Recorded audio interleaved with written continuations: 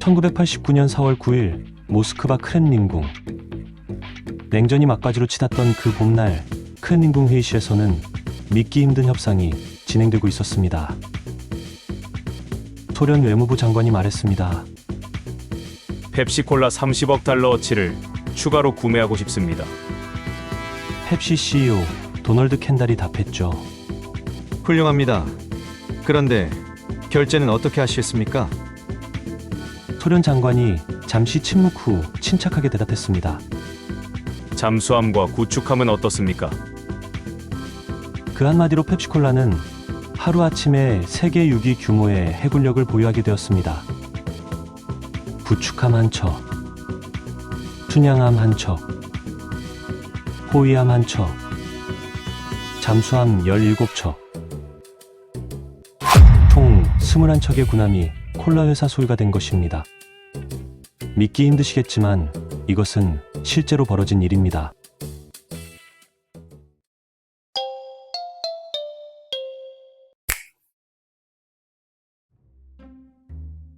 모든 것은 30년 전 한 잔의 콜라에서 시작되었습니다. 1959년 7월 24일 모스크바 소콜리키 공원. 미국 국가 전시회가 열리고 있었죠. 냉전의 한복판에서 벌어진 문화적 대결장이었습니다. 펩시콜라 CEO 도널드 켄달은 야심찬 계획을 세웠습니다. 코카콜라가 전 세계를 장악했지만 소련이라는 거대한 시장이 남아있었거든요.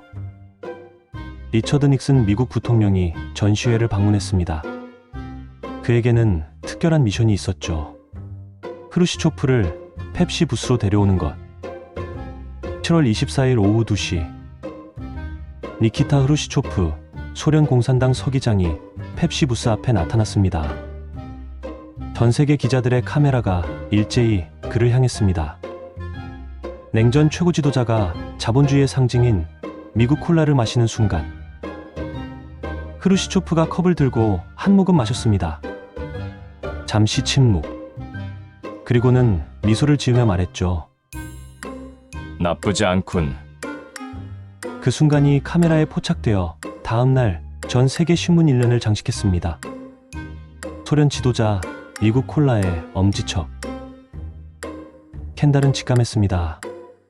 이것이 시작이라고.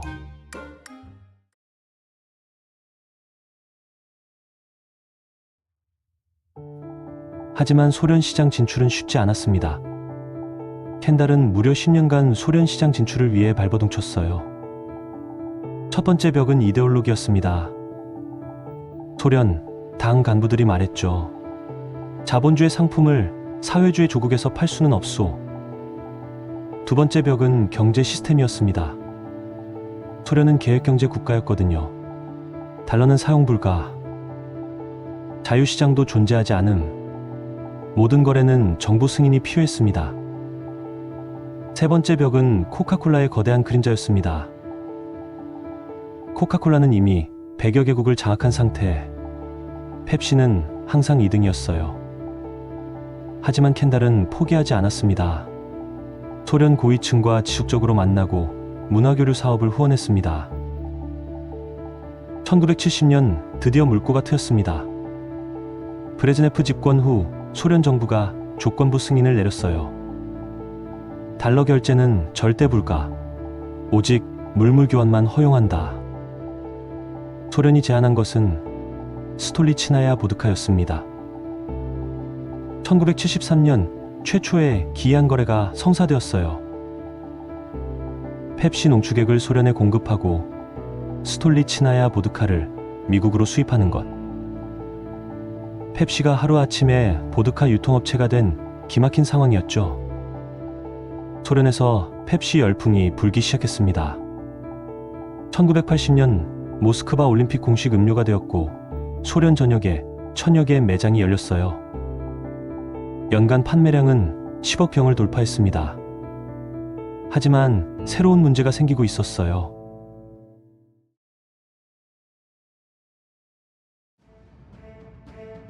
1980년대 중반 소련에서의 펩시 판매는 대성공이었지만 치명적인 문제가 있었습니다. 소련에서 번 돈은 모두 루블화로만 받을 수 있었어요. 문제는 루블이 소련 밖에서는 휴지 조각이었다는 것. 켄달의 고민이었죠. 소련에서 10억 달러를 벌었는데 미국으로 가져올 수가 없다니.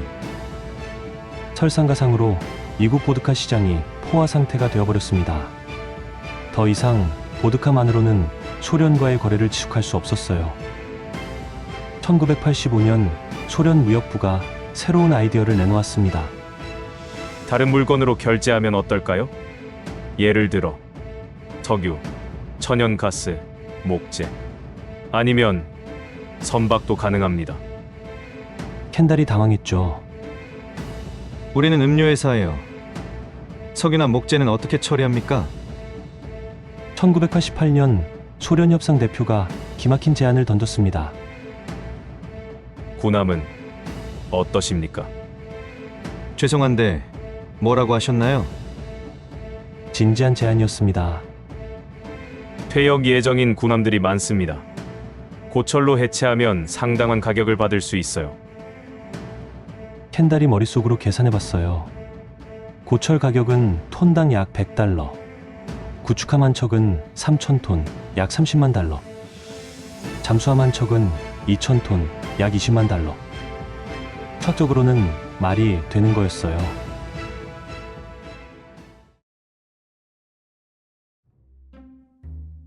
(1989년 4월) 모스크바. 이 초현실적인 거래에 최종 협상이 벌어졌습니다. 소련 해군부가 제시한 함정 목록이었습니다. 구축함 한 척, 카신급 3,200톤, 순양함 한 척, 크리바크급 3,575톤, 호위함 한 척, 그리샤급 1,200톤, 잠수함 17척, 폭스트롯급 각 2,400톤, 총 중량 약 5만 톤, 고철 가격으로만 계산하면 약 500만 달러. 하지만 소련에 공급해야 할 펩시 농축액 가치는 30억 달러. 소련이 추가로 내놓은 것들이 있었습니다. 화무선 10척, 유조선 한 척, 소련산 목재 1만 톤, 그리고 보드카 지속 공급. 4월 9일, 마침내 이 믿을 수 없는 거래가 공식화되었습니다. 계약 체결 직후 켄달이 기자들에게 한 말이 유명해졌어요. 축하해주세요. 우리 펩시가 이제 세계에서 6번째로 큰 해군력을 보유하게 되었습니다. 코카콜라한테는 이런 함대가 없거든요. 전 세계 언론이 폭발적으로 반응했습니다. CNN은 펩시 소련 해군 인수 완료라고 보도했고, BBC는 콜라 회사가 군함 21척 소유라고 전했습니다.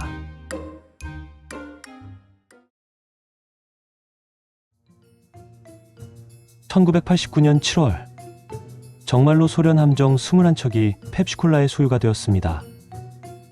공식 보유 전력은 이랬어요. 총 21척의 함정, 5만 톤의 해군력, 세계 6위 규모. 하지만 문제는 이제 무엇을 할 것인가였죠. 켄달의 솔직한 고백이었습니다. 우리가 이 군함들로 도대체 뭘 하란 말입니까? 현실적인 문제들이 산적해 있었어요. 유지비는 월 수백만 달러, 민간 기업의 군함 소유 합법성 문제, 콜라 회사에게 전함이 무슨 소용인가의 문제, 무기거래 관련 복잡한 국제법 규정들. 펩시는 현명한 해결책을 택했습니다. 함정들을 인수받은 즉시 해체업체에 전매한 것이죠. 1989년 8월부터 12월까지 노르웨이 해체 전문업체에 매각되어 4개월에 걸쳐 체계적으로 해체되었습니다. 모든 강철이 고철로 재활용되었어요. 실제 수익 결산은 이랬습니다. 고철 판매 수익 약 300만 달러. 당초 예상액 500만 달러보다는 적었지만 전 세계적 화제가 된 마케팅 효과는 수십억 달러 가치였죠. 켄달의 유쾌한 회고입니다. 우리는 3개월 동안 해군을 운영한 후 평화롭게 해체했습니다. 아마 인류 역사상 가장 평화로운 해군이었을 겁니다.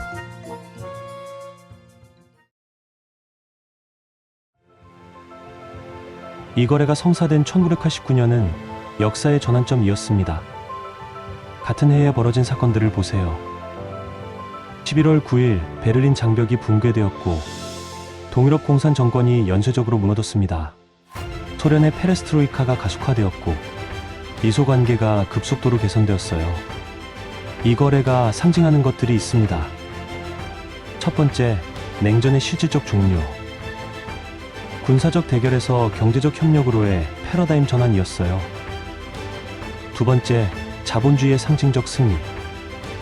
공산국가가 자본주의 기업의 군함을 판매하는 역사적 아이러니였죠. 세 번째, 실용주의 시대의 개막. 이데올로기보다 실리를 추구하는 새로운 시대 정신이었습니다. 1991년 소련이 해체되면서 펩시 소련 거래도 공식 종료되었어요. 새로운 러시아와 재계약을 체결했고 코카콜라도 러시아 시장에 본격 진출했습니다. 펩시의 러시아 사업은 이렇게 전개되었어요. 1990년대에는 러시아 최대 음료 브랜드로 급성장했고 2000년대에는 현지 공장을 건설해 완전 현지화를 이뤘습니다. 하지만 2014년 우크라이나 사태로 사업 규모가 축소되었고 2022년 러시아의 우크라이나 침공으로 완전 철수했어요. 30년간 러시아와 동반자였던 펩시가 푸틴의 침략 전쟁으로 인해 다시 결별하게 된 것. 역사의 아이러니가 또 다른 아이러니를 낳았습니다.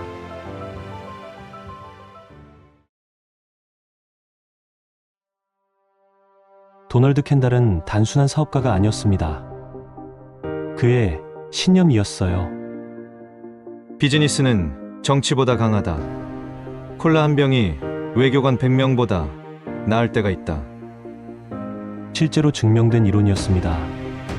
펩시 소련 거래는 미소 경제 교류의 물꼬를 열었고 다른 미국 기업들의 소련 진출 발판을 마련했어요. 소련 국민들에게는 시장 경제 체험 기회를 제공했습니다. 비슷한 사례들이 많아요. 맥도날드 이론이라는 게 있습니다. 맥도날드가 있는 두 나라는 서로 전쟁하지 않는다는 것. 코카콜라 외교도 있었어요. 이중 수교 과정에서 물밑 역할을 했죠. 삼성 외교는 한소련 수교 과정에서 경제적 가교 역할을 했습니다. 펩시를 통해 소련 사람들이 처음 접한 것들이 있었어요. 서구식 브랜드 마케팅, 소비자 선택권이라는 개념, 자유시장 경제의 실제 체험, 현재에도 유효한 교훈들입니다.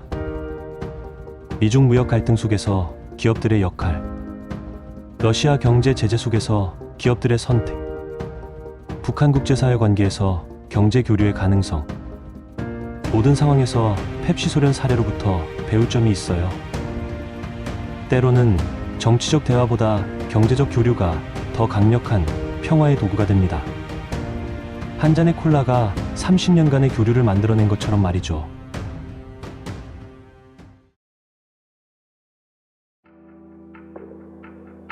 펩시 소련 거래는 끝났지만 세상에는 여전히 기상천외한 거래들이 벌어지고 있습니다. 현재 진행 중인 신기한 거래들을 보세요. 이란은 원유로 러시아제 전투기를 구매하고 있고 베네수엘라는 석유로 중국산 생필품을 확보합니다. 아프리카 여러 나라들은 광물 자원으로 중국 인프라 건설을 의뢰해요. 디지털 시대에 새로운 물물 교환도 있습니다. 엘살바도르는 비트코인을 법정 화폐로 채택했고 중국은 디지털 위안화로 국제거래를 시도하고 있어요. 러시아는 제재 회피용 암호화폐 거래를 확산시키고 있습니다. 미래에는 이런 거래들이 나타날 수도 있어요. 테슬라 대 리튬 광산, 전기차 대신 광산 채굴권, 애플 대 희토류 업체, 아이폰 대신 희귀 금속, 구글 대 부동산 회사, 검색 광고 대신 데이터 센터 부지. 펩시 소련 거래가 보여준 교훈입니다. 창의적 사고와 유연한 접근법이 있다면 불가능해 보이는 거래도 현실이 될 수 있어요.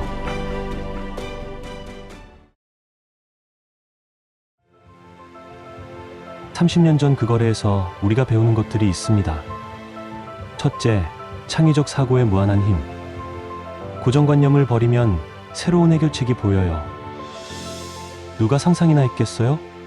콜라로 군함을 사게 될 줄을. 둘째, 끈기와 인내의 가치. 켄달은 무려 30년간 포기하지 않았습니다. 진정한 성공은 하루아침에 오지 않아요. 셋째, 경제 교류가 만드는 평화.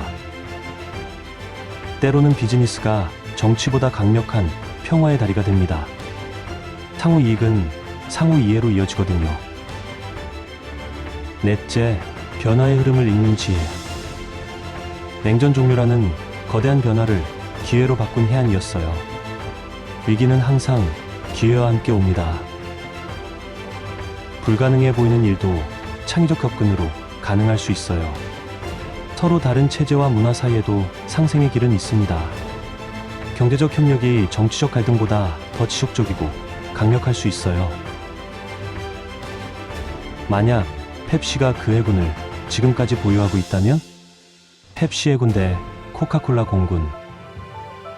음료수 업계의 최대의 군사적 대결이 벌어졌을지도 모르겠네요. 여러분이라면 어떤 창조적인 거래를 해보고 싶으신가요? 구독과 좋아요로 펩시 해군 못지않은 강력한 힘을 보여주시고 댓글로 여러분만의 기발한 거래 아이디어도 들려주세요. 그리고 오늘 한 잔 어떠세요? 펩시든 코카콜라든 상관없어요. 다만 군함은 딸려오지 않습니다. 역사는 항상 우리의 상상을 뛰어넘습니다. 다음 이야기에서 또 만나요.